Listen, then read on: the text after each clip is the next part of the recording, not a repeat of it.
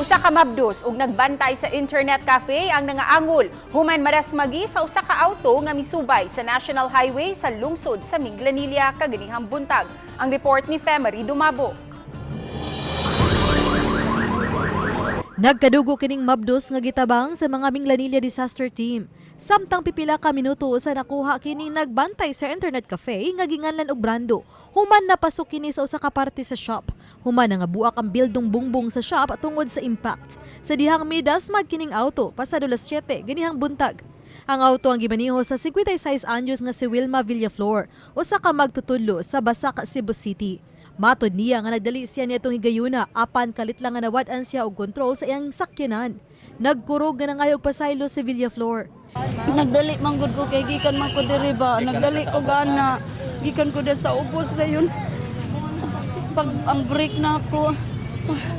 Wala na ko nakuha ng break.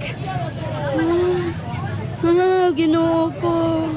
Oh, kami gito ka tumabay. Dilis kay Brando galingkod naman agod. Galingkod na nahagit gina siya. Sila gyud doon na sentro. Diri na auto nako. Kalihay mo ko. Gikan siya ning Springwood Country Home Subdivision dinhi nga eskina. Hinay siya.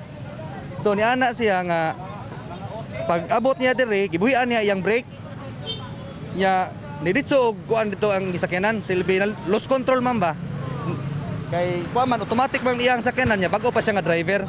Gidala sa tambalanan ng mga naangol, hinuon matod sa Minglanilla Police nga naara sa luwas nga kahimtang ang mga biktima.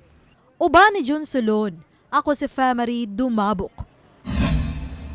Balitang Bisdak.